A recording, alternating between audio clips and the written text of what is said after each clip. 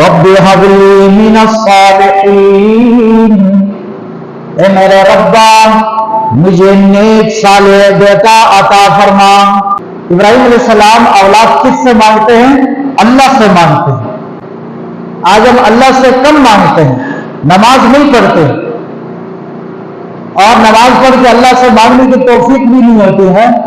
ہم دوڑ لگاتے تھے پیروں کے پاس، کوئی تعویذ شاویذ لے کے اولاد ہو جائے، اور قرآن میں 86 سال کے بوڑھے کا واقعہ ذکر ہے، ایک عورت سے شادی کی، اس کی اولاد نہیں، پھر دوسری شادی کی، وہ بھی اللہ سے مانگا، یا رب ہب لی من الصالحین، اللہ جی مجھے اولاد دے۔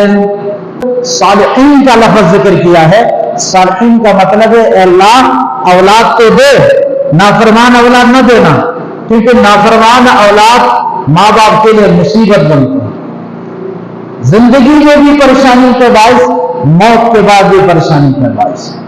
اس لیے اولاد مانگو اللہ سے، نیک صالح اولاد مانگو، جو کہ قرآن سے ثابت ہے۔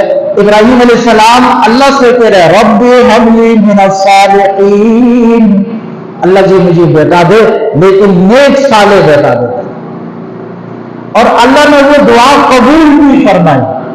فبشرناہ بغلام حلیم، ہم نے خوشخبری دی ابراہیم کو، کس کی؟